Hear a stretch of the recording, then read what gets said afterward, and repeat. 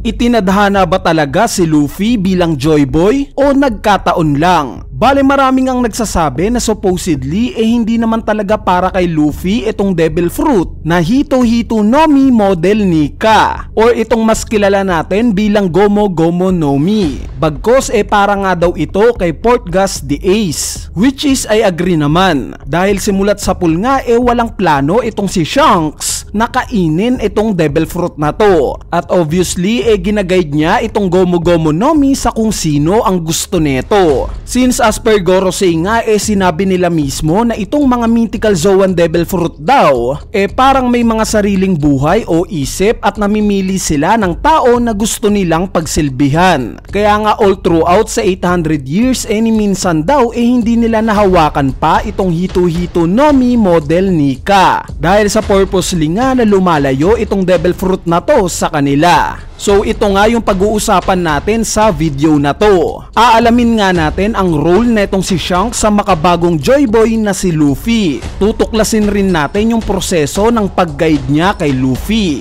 at kung ano ba ang impact neto sa hinaharap. At para umpisahan nga itong topic natin syempre magbalik tayo sa 26 years ago. Bago nga sumuko at magpa-execute itong si Goldie Roger sa mga Marines, nagpaalam muna siya sa pirate crew niya o sa Roger Pirates. Ang pinakatumatak nga na paalam sa atin sa moment na to itong pamamaalam niya sa batang Shanks. Though hindi nga dinitalye itong sinabi ni Roger nakita naman natin itong naging reaksyon ni Shanks at umiyak nga siya.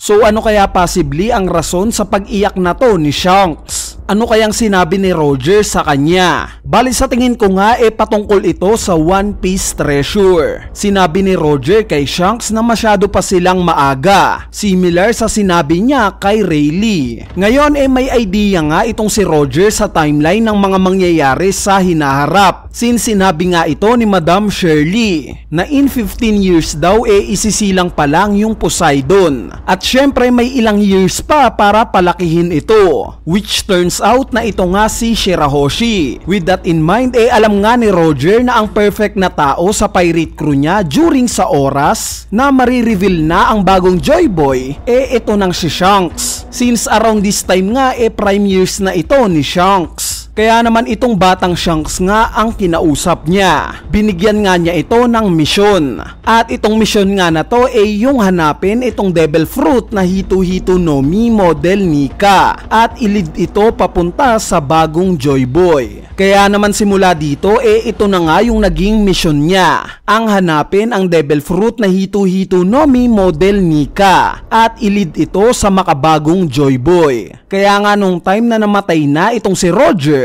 at tinanong siya ni Buggy kung susundan ba neto yung yapak ng captain nila, ang sinagot nga ni Shanks hindi. Ayaw nga daw niyang maging hari ng mga pirata. Bakit? Dahil may misyon nga na iniwan sa kanya itong captain niya. So ngayong may purpose na nga itong si Shanks, ang sunod na ginawa niya bumuo na siya ng pirate crew niya. At ilang years nga pagtapos neto finally na nahanap na rin niya itong Devil Fruit na Hito-Hito no Mi model Nika. At hawak nga ito ng Cyberpol agents or si Husu to be exact. Kaya naman kahit nga tauhan pa sila ng world government ginawa nga ni Shanks ang lahat para lang maagaw itong Devil Fruit na sinabi sa kanya ng captain niya, which is nagtagumpay naman siya. So ngayong kompleto na nga itong unang step ng misyon ni Shanks ang susunod ng step yung hanapin na ang susunod na Joy Boy o yung kakain sa Devil Fruit na hawak niya.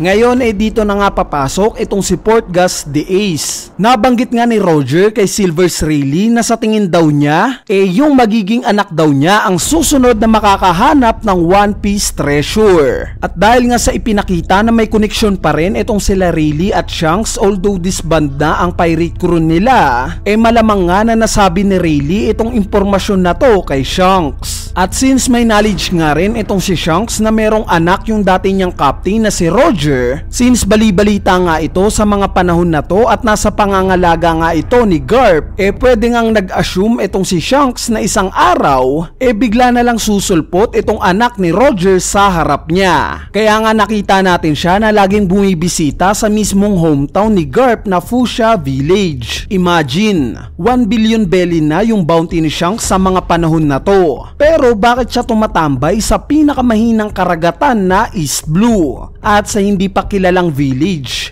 Diba? Meaning may purpose itong pagbisita dito ni Shanks. At ito nga yung hinihintay niya yung anak ni Roger na lumapit sa Devil Fruit na Hito-Hito no Mi model Nika. At since hindi nga yun nangyari at instead ang nakakain sa Devil Fruit na to si Luffy, dito na nga napagtanto ni Shanks na mali yung captain niya. Hindi nga niya anak yung nakatadhana bilang bagong Joy Boy, bagkos ibang tao. At ito nga si Luffy. Bali hindi nga lang si Shanks yung nag-e-expect na si Ace yung magiging bagong Joy Boy. Pati nga rin itong si Yamato inaakala rin na si Ace itong makabagong Joy Boy. Sinabi nga niya yan during Wano Arc. Anyway, ang isang ebidensya pa nga natin na itong pagpapakain lang sa Hito-Hito no Mi model Nika ang rason ng pagpunta ni Shanks sa Fuchsia Village. Itong pagtapos ngang makain ni Luffy itong Devil Fruit na to, agad ngang sinabi ni Shanks na hindi na daw siya babalik pa sa Fuchsia Village. Meaning tapos na itong step 2 ng mission niya.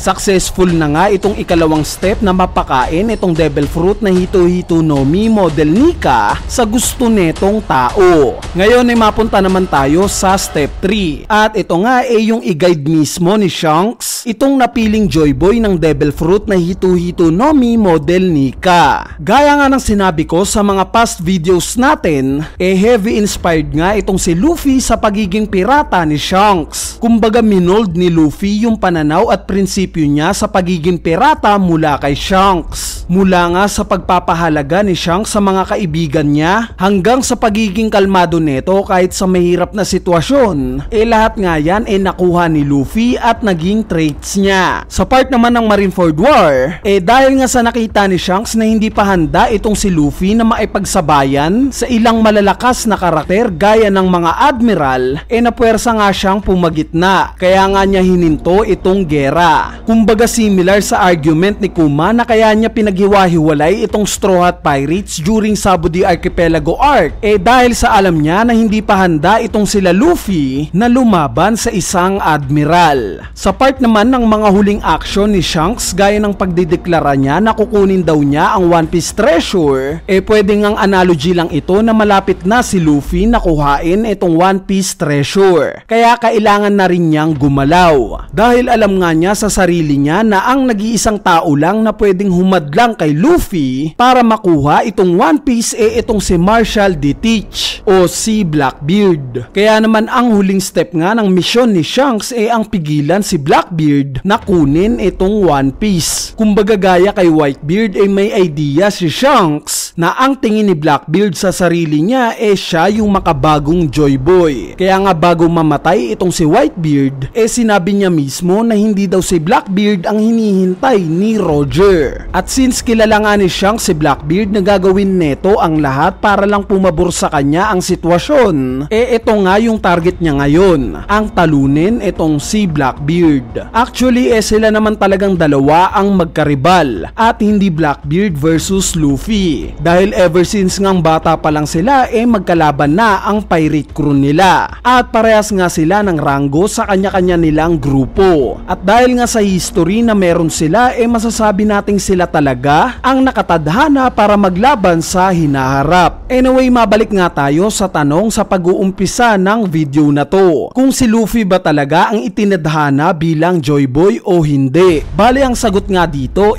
oo. Siya nga ang nakatadhana bilang Joy Boy. Siya nga ang hinihintay ni Roger na susunod na makakarating sa Laugh Tale at makakakuha ng One Piece treasure. Siya nga ang nakalagay sa propesiya na magbabago ng mundo at tatalunin itong world government. At alam nga yan ng Roger Pirates. Kaya nga kung mapapansin nyo sa naging paglalakbay nga netong Straw Hat Pirates, lagi ngang may miyembro ng Roger Pirates ang nakaalalay sa kanila. Kumbaga itong Roger Pirates ang naglatag ng guide para sa mga susunod na henerasyon ng mga pirata, para mas madali na lang para sa kanila na gawin kung ano ang tama. At ito nga yung palayain ang mga taong naghihirap sa kamay ni Im Sama at ng mga Gorosei.